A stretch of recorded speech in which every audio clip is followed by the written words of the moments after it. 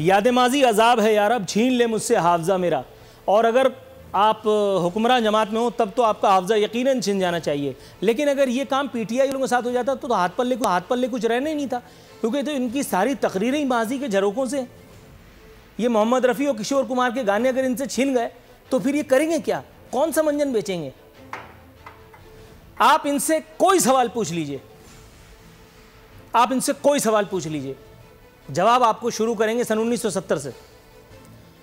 जवाब आपको यही मिलेगा कि जी 70 सालों में पाकिस्तान को जो लूटा गया है, और भाई पाकिस्तान को 70 सालों में जिन लोगों ने लूटा है उनमें से कुछ चाचे मामे आपके आगे पीछे हैं, जिनको मफलर पहना करके आपने पीटीआई में शमूलियत अख्तियार करवाई थी।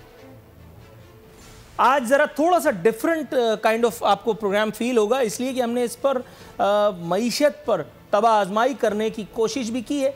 और कैसा लगेगा वो एक आदमी मईशत पर तबाह आजमाई करते हुए जो बीकॉम में फेल हुआ हो, मैं अपनी बात कर रहा हूँ अल्हम्दुलिल्लाह, बाकायदा नकल की और उसके बावजूद मुंह के बल गिरा।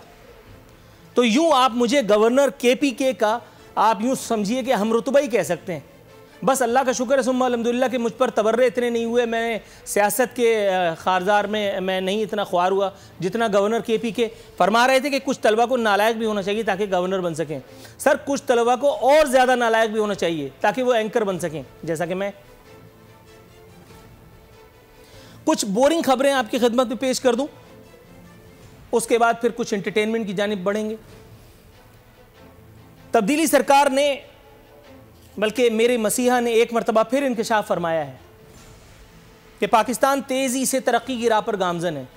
मैं अपने गिरदोपेश में कई मरतबा मैंने गर्दन घुमा के देखा कि वो पाकिस्तान जिसका जिक्र हो रहा है वो कहाँ है, मुझे तो कहीं नज़र नहीं आया। आज अपने पैनलिस्ट से पूछने की कोशिश करेंगे। मसीहा फरमाते हैं कि बरामदात में इजाफा हुआ है, ये भी कंफ्यूजन है। अगर बरामदात में इजाफा हुआ है तो कुछ रोज़ पहले गवर्नर स्टेट बैंक को क्या ज़रूरत पड़ी थी कि बरामदात में कमी के बारे में अपनी तशवीश का इज़हार फरमाते। खान साहब फरमाते हैं कि सीमेंट की फरोख्त में इजाफा हुआ, गरीब खाने से चला गया, ये सीमेंट बिकने पर बगलें बजाई जा रही हैं सरकार की। वाह। कह रहे हैं कि रुपए की कदर में इस्तेहकाम हुआ।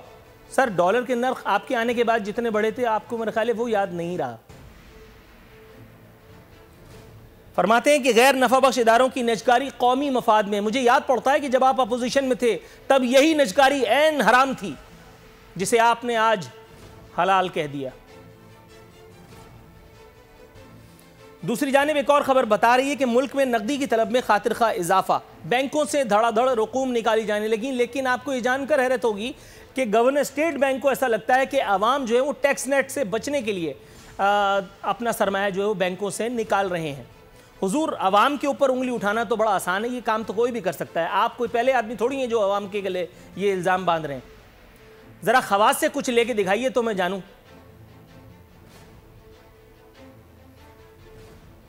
ताहम एक बुरी खबर, खैर हुकूमत के लिए तो सारी खबरें ही आजकल बुरी हैं। एक और बुरी खबर यह है कि हुकूमत टैक्स गुजारों की तादाद बढ़ाने में नाकाम हो चुकी है। सरेराह शब्बर जैदी साहब दागे मफारकत दे चुके हैं। हारून अख्तर साहब जो हैं उन्होंने भी कोई खातिर खा जवाब नहीं दिया। इट मीन्स कि गाड़ी ऑटो पे लगी हुई है। गोशवारे जमा कराने वालों की तादाद 11% कम, 3.25 लाख अफराद टैक्स नेट से निकल गए, 16,000 ताजिर भी टैक्स नेट से बाहर। दूसरी जानिब आवाम को सरप्राइज देते हुए तब्दीली सरकार ने टैक्स शॉर्टफॉल पूरा करने के लिए पेट्रोलियम लेवी जो है वो बढ़ा दी। आवाम को कई गुना इजाफा, खातिर खा इजाफा पेट्रोलियम प्राइसेस में मिल सकता था। ताहम ये होशियारी करके आलमी मईशत जो कि सुस्त रवि का शिकार थी, खाम तेल की कीमतों में $45 फी बैरल रिडक्शन का फ़ायदा भी ना उठाया गया। आवाम को ये फ़ायदा कन्वे ना किया गया और मामूली रिडक्शन पर आवाम को टरखा दिया गया। ताहम इस दौरान में एक ऐसी खबर जिससे न जमहूर का कुछ जाएगा और इंशाअल्लाह न जमहूरियत का, वो ये है कि परवेज़ खटक और उस्मान डार ने एक अखबारी इत्तला के मुताबिक सरकारी घरों पर कब्जे कर लिए हैं। मगर मजाल है कि इससे मुल्क को कोई नुकसान हो? नहीं। जिस तरह से गंदम और चीनी लूटने वालों में कोई सरकारी आदमी नहीं है, सारे अपोजिशन वाले हैं। दूसरी जानिब आसिफ अली जरदारी साहब फरमा रहे हैं कि सिंध हुकूमत खवातीन मार्च को तहफ़्फ़ुज़ और सहूलतें दे। सर, कुछ हम मर्दों की जानिब भी अगर हो जाए तो फिर बाकी एक औरत का मुझे याद आया, अयान अली नामी एक औरत जो है वो 4 साल बाद सोशल मीडिया पर मुखी हैं और नए प्रोजेक्ट्स पर काम करने की नवीद सुना दी है। इनके कुछ पुराने प्रोजेक्ट्स जो हैं वो अभी तक डोल ड्रम्स में उनके पता नहीं चल सका कि वो किधर गए, किसने उनसे करवाए थे।